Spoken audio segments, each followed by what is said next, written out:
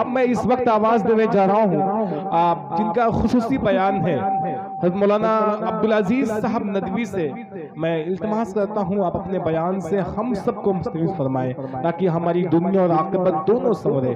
آپ یقین جانیں علماء کرام کی اگر ذرا سی بات اگر آپ کے دل میں لگ جائے، اگر اس پہ عمل آپ کر لیں تو انشاءاللہ آپ کی دنیا اور عاقبت دونوں سنور جائے گی۔ میں حضرت والا سے عزت و احترام کے ساتھ گزارش کرتا ہوں آپ اپنے بیان سے ہم سب کو مستفید فرمائیں۔ الحمدللہ رب العالمین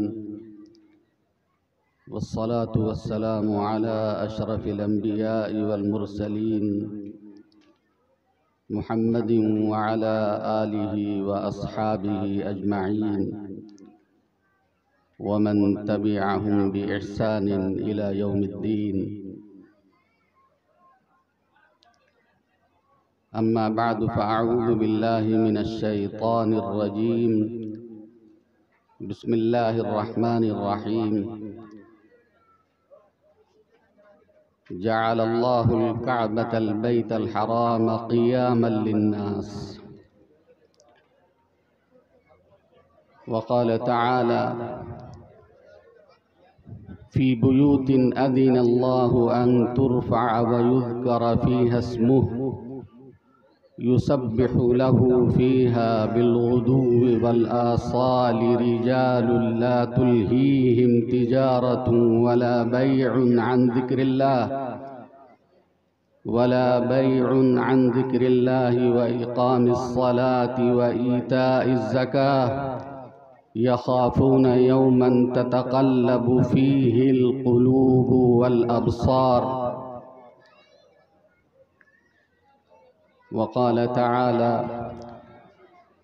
إنما يعمر مساجد الله من آمن بالله واليوم الآخر وأقام الصلاة وآتى الزكاة ولم يخش إلا الله فعسى أولئك أن يكونوا من المهتدين، وقال تعالى وإذ يرفع إبراهيم القواعد من البيت وإسماعيل ربنا تقبل منا إنك أنت السميع العليم، ربنا واجعلنا مسلمين لك ومن ذريتنا أمة مسلمة لك وأرنا مناسكنا وتب علينا إنك أنت التواب الرحيم، ربنا وابعث فيهم رسولا منهم يتلو عليهم آياتك ويعلمهم الكتاب والحكمة ويزكيهم إنك أنت العزيز الحكيم،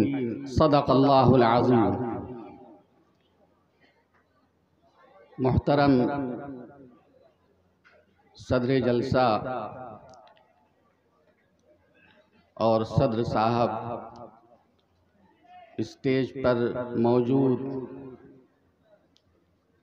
ناظم مشاعرہ اور دیگر معزز حضرات، سامعین اور عزیز بچے، میں تھوڑی سی گفتگو ایسی کرنا چاہتا ہوں کہ آپ کی توجہ درکار ہے۔ اس میں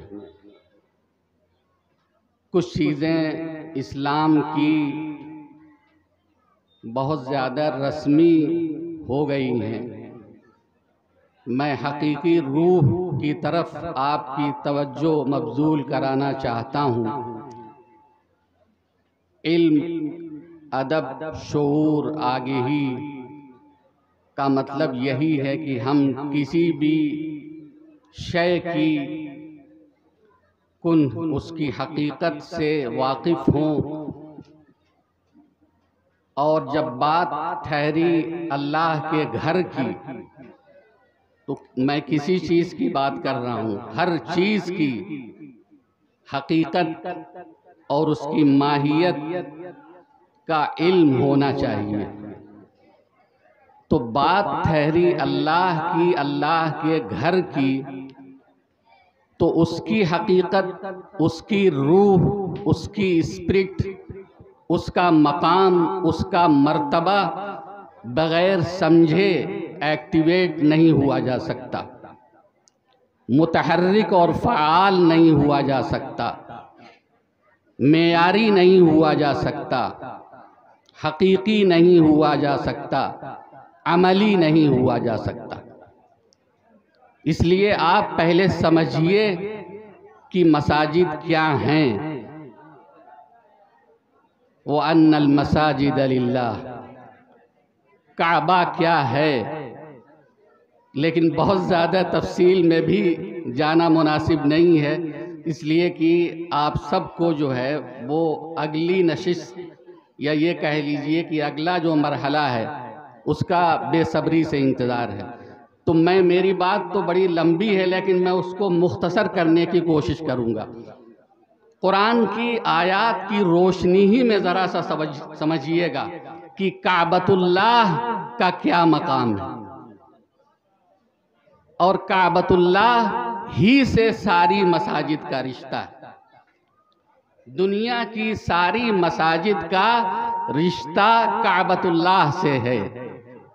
اور کعبۃ اللہ کے بارے میں ایک بات اللہ نے کہا کہ اللہ نے کعبۃ اللہ کو، بیت الحرام کو انسانیت کے قیام کا سبب اور ذریعہ بنایا ہے۔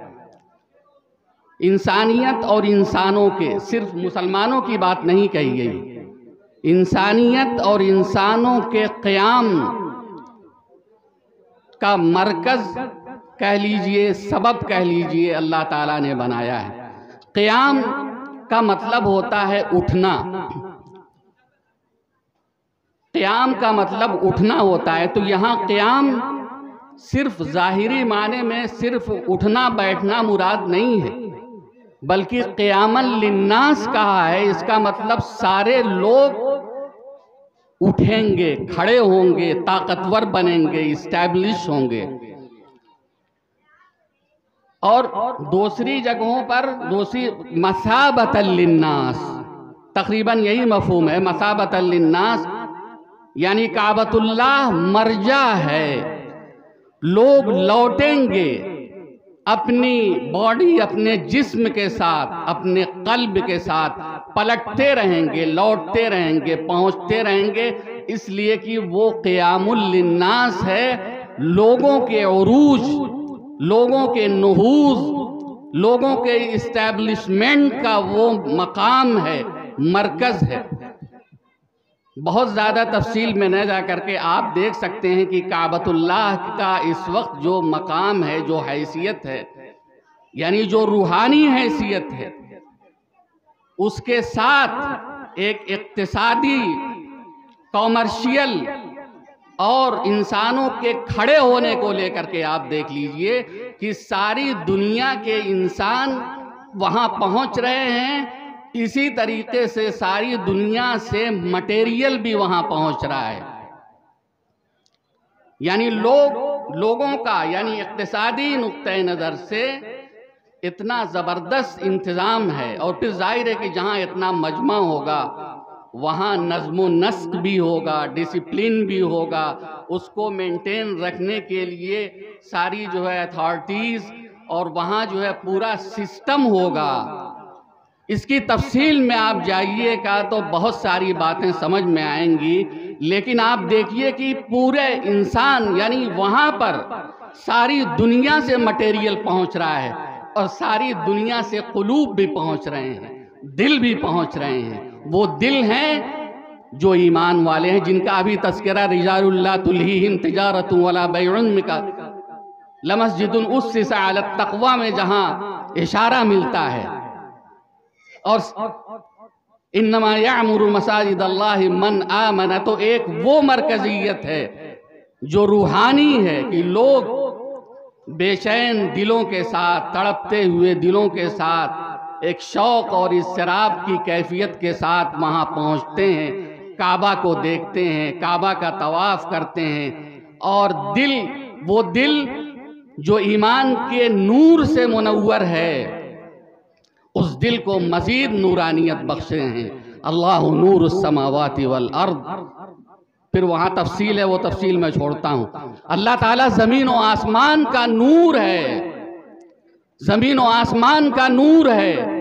اس کا نور اللہ پر ایمان رکھنے کا نور، اللہ کی کتاب پر ایمان رکھنے کا نور، اللہ کے انبیاء اور کتب سماویہ پر ایمان رکھنے کا نور، اور خاتم النبیین حضرت محمد صلی اللہ علیہ وسلم کی رسالت پر ایمان رکھنے کا نور، یہ سارا نور اس قلب کے اندر اتر گیا ہے، اور وہ قلب پہنچا ہے حرم کے اندر، کعبہ کے اندر، پھر وہ اسی ایمانیات اور روحانیات کے ساتھ کعبہ کا طواف کر رہا ہے، کعبہ کو دیکھ رہا ہے اور نمازیں پڑھ رہا ہے۔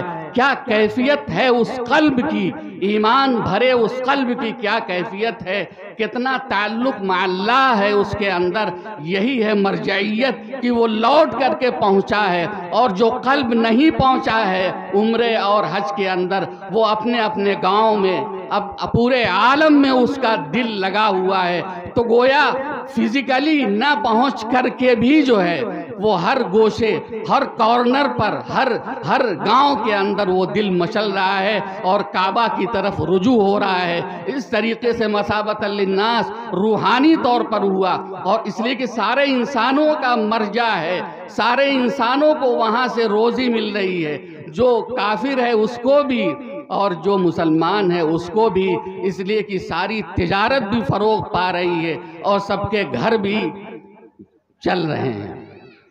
تو یہ کعبۃ اللہ کی اہمیت ہے۔ باتیں اور ہیں لیکن میں یہاں اسٹاپ کرتا ہوں۔ اب آپ سوچئے کہ ساری مساجد کا تعلق اسی کعبہ سے ہے، تو جو بات کہی گئی، تھوڑا ترجمہ میں بتا دیتا ہوں آیتوں کا جو میں نے آیت پڑھی ہے۔ ابھی جیسے آپ یہ سوچئے کہ فی بیوت اذن اللہ، میں نے یہ آیت تلاوت کی ہے کہ ان گھروں کے اندر وہ کون سے گھر ہیں؟ یہی مسجدیں ہیں جو مسجد آپ بنانے جا رہے ہیں، اور اس جیسی کروڑوں مسجدیں اس گھروں کے اندر۔ اس سے پہلے یہ بتایا گیا کہ اللہ زمین و آسمان کا نور ہے، اور پھر اس قندیل نور کی جو کیفیت مثالوں کے ذریعے سے بیان کی گئی ہے، وہ تفصیل میں وقت زیادہ چلا جائے گا۔ اصل میں وہ اللہ کے نور کا پرتو ہر ایک پتی ہے، ہر درخت ہے، ہر موج ہے، اور ہر شجر ہے، ہر حجر ہے، زمین ہے، آسمان ہے، چاند ہے، سورج ہے۔ اگر اللہ نہ ہوتا تو سب یہ بے نور ہوتے نہیں ہوتے۔ تو اللہ زمین و آسمان کا نور ہے، اسی نور کی وجہ سے دریا میں روانی ہے، موجوں میں ایک طغیانی ہے، اور پانی میں ایک جو ہے وہ ایک افزائیت ہے، ایک صحت ہے، ایک توانائی ہے، ایک طاقت ہے، اور سورج کی شعاعوں میں اور اس کی کرنوں میں وہ اللہ کا نور ہے، چاند کی روشنی میں اللہ کا نور ہے، تاروں کی روشنی میں اللہ کا نور ہے۔ یہ سب وہ چیزیں ہیں جن کے پاس قلب نہیں ہے۔ درخت کے اندر قلب نہیں ہے، حجر کے اندر قلب یعنی دل نہیں ہے، اور سمندروں کے اندر دل نہیں ہے۔ دل کس کے اندر ہے؟ اس ایمان والے کے اندر، جو ایمان اس اللہ پر رکھتا ہے جو زمین و آسمان کا نور ہے۔ تو اس دل کے اندر کتنے نور، کتاب کا نور، یوم آخرت پر ایمان کا نور، حضرت محمد صلی اللہ علیہ وسلم پر ایمان رکھنے کا نور، تمام انبیاء پر ایمان رکھنے کا نور، مساجد کی حقیقت کو جاننے کا نور، کعبۃ اللہ کی حقیقت کو جاننے کا نور، اور اولیاء و صالحین کی سیرتوں کا نور جاننے کا نور۔ یہ سارا نور جو ہے یہ رجال لا تلہیہم کے اندر آیا۔ تھوڑا پانی دیجیے گا، اور ٹھنڈا پانی نہ ہو۔ تو اب یہ رجال لا تلہیہم کی حیثیت کیا ہے؟ کعبۃ اللہ کے حوالے سے، مساجد کے حوالے سے، کہ ان گھروں کے اندر جو اس دل والے آتے ہیں، جس دل میں اللہ کا نور ہے، جو یہ سمجھتے ہیں کہ آسمان کو بنانے والا کون ہے، جو اللہ زمین و آسمان کا نور ہے، وہ زمین و آسمان کو بنانے والا اللہ کون ہے، اور ان کو ہدایت دینے والا اللہ کون ہے، ان کو خیر کی توفیق دینے والا، مسجدوں کی تعمیر دینے والا، تعمیر کی توفیق دینے والا وہ کون ہے؟ وہ اللہ ہے جو نور السماوات والارض ہے۔ ان لوگوں کی کیا اہمیت ہے، فی بیوتنا دین اللہ، ایسے گھروں کے اندر یہ ایمان والے، ایمانی دل والے آتے ہیں، جن گھروں کو بنانے کی اٹھانے کی اللہ نے اجازت دے رکھی ہے۔ یہ تسلسل کو قائم رکھیے گا، فہم کا تسلسل، علم کا تسلسل، شعور کا تسلسل۔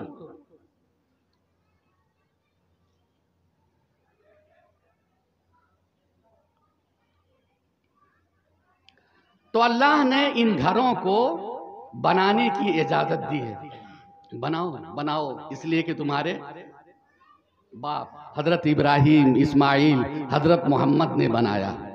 وَإِذْ يَرْفَعُ إِبْرَاهِيمُ الْقَوَاعِدَ مِنَ الْبَيْتِ وَإِسْمَاعِيلُ، یاد کرو وہ وقت، علم حاصل کرو، شعور حاصل کرو، آگہی حاصل کرو، حقیقت حاصل کرو کہ جب اٹھا رہے تھے، بلند کر رہے تھے۔ یہاں بھی یرفع و یرفع، وہاں بھی فی بیوت اذن اللہ ان ترفع، دونوں آیتوں کے اندر رفع دیکھیے گا، اٹھانا، اللہ کے گھر کو اٹھانا۔ تو جب دونوں جو ہمارے باپ ملت ابیکم ابراہیم علیہ السلام اور ان کے فدائی بیٹے اسماعیل علیہ السلام، یہ دونوں اٹھا رہے تھے، کیسا زبردست عظیم آغاز ہے جس کا تذکرہ قرآن ان لفظوں میں کرتا ہے کہ یاد رکھیے اس کو، اس کنہ کو، اس ماہیت کو، اس حقیقت کو یاد رکھو، تبھی تم صحیح معنوں میں ایمان والے بنو گے۔ دونوں اٹھا رہے تھے اور پھر وہاں پر آئے ہیں کہ کیا دعا کر رہے تھے۔ وَإِذْ يَرْفَعُ إِبْرَاهِيمُ الْقَوَاعِدَ مِنَ الْبَيْتِ، یہ بیت اللہ کی دیواروں کو اٹھا رہے تھے، وہی کام آپ بھی کرنے جا رہے ہیں۔ یہ قیامت تک یہ سلسلہ رہے گا، لیکن شعور کے ساتھ رہے، ایمانیات کے ساتھ رہے، ماہیت کے ساتھ رہے، تاریخ کو جان کر کے رہے، حقیقت کو سمجھ کر کے رہے۔ تو فوراً کیا دعا کر رہے تھے کہ اس سے بڑی کوئی مقبولیت کا وقت نہیں ہے۔ 3 دعائیں مانگی ہیں۔ ربنا تقبل، اے اللہ قبول کر لیجئے، ربنا تقبل۔ دوسری دعا وَجَعَلْنَا مُسْلِمَيْن، وہ یعنی وہ امام ہیں، ابراہیم اور اسماعیل دونوں امام ہیں، لیکن وہ کہہ رہے ہیں کہ ہم کو مسلمان رکھیے گا۔ یہ ہم جیسے مسلمان نہیں، ماہیت والے مسلمان، حقیقی مسلمان، ہم دونوں کو مسلمان ہی رکھیے گا، اسلام سے بڑی کوئی نعمت نہیں ہے۔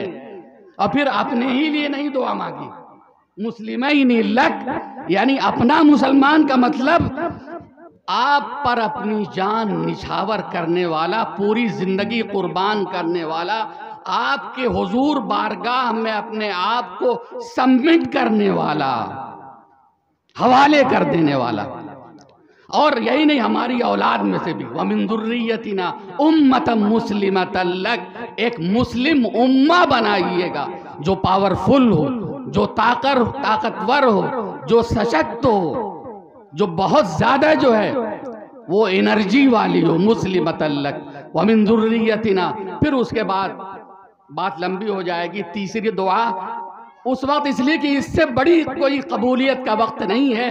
کعبۃ اللہ جو مرجع ہے، جو مرکز ہے، جو مثابۃ للناس ہے، قیامت تک لوگ وہاں پہنچیں گے، پلٹتے رہیں گے، جاتے رہیں گے۔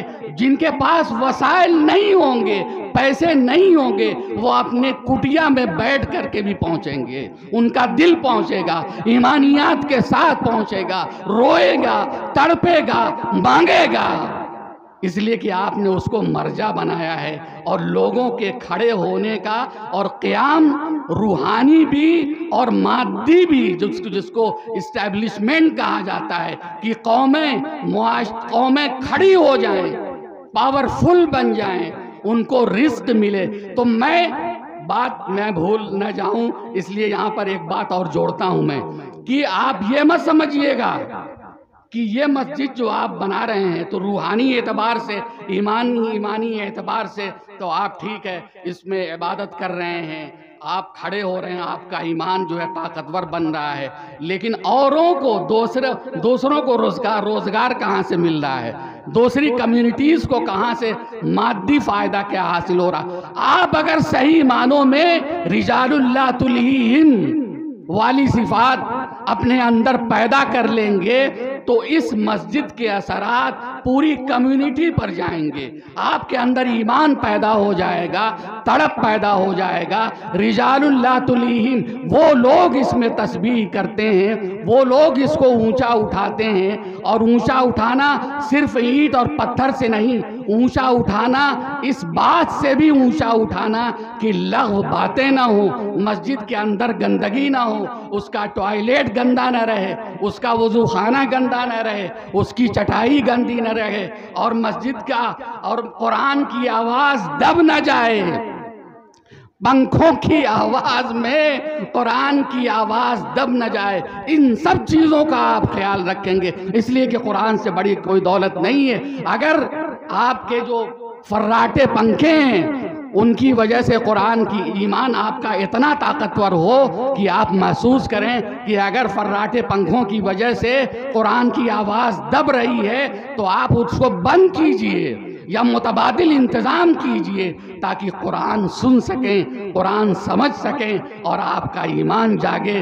رجال اللہ تلہیہم، اس اللہ کے گھر میں وہ لوگ آتے ہیں جن کی تجارتیں ان کو غافل نہیں کر سکتی ہیں، اور خرید و فروخت ان کو مسجد میں آنے سے روک نہیں سکتی ہے، نماز قائم کرنے سے، زکوٰۃ دینے سے، اور یہ کیفیت مجموعی اعتبار سے کہ ان کے دل ڈرتے رہتے ہیں کہ ہمیں اللہ کے سامنے کھڑا ہونا ہے، اس لیے ہماری نماز صحیح ہو جائے۔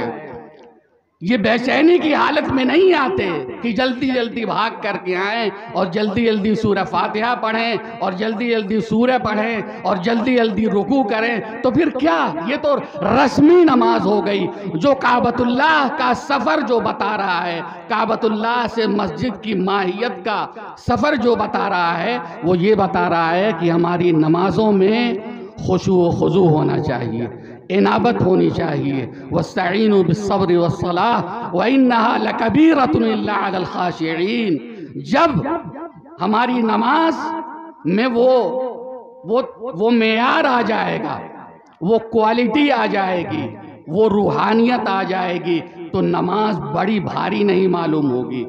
ہم کو یہ الجھن نہیں ہوگی کہ ہم جتنی جلدی ہو سکے فارغ ہو جائیں، امام صاحب رکوع بھی جلدی کریں اور تلاوت بھی مختصر کریں، نہیں، ہم کو مزہ اس میں آئے گا کہ تلاوت لمبی ہو، نماز لمبی ہو، تاکہ ہمارا جو کنیکشن ہے، جو ربط ہے اللہ کے ساتھ، اس کو انجوائے کریں ہم، اور وہ مضبوط ہو، اور ہماری پھر یہ وہ برکت ہوگی جو آپ کے گھروں میں برکت لائے گی، اور صرف آپ کے گھروں میں نہیں بلکہ آپ کے جو غیر مسلم بھائی ہیں ان کے گھروں میں بھی، اس لیے کہ نماز سے جو تربیت آپ کو ملے گی تو پھر اس کے بعد دعا جب آپ کریں گے تو اس میں صرف اپنے گھروں کے لیے نہیں، صرف مسلمانوں کے لیے نہیں، بلکہ پورے ملک کے لیے اور ساری کمیونٹیز کے لیے آپ دعا کریں گے، ان کے اٹھنے کی دعا کریں گے، قیام امن کے، یہ ہے اسٹیبلشمنٹ،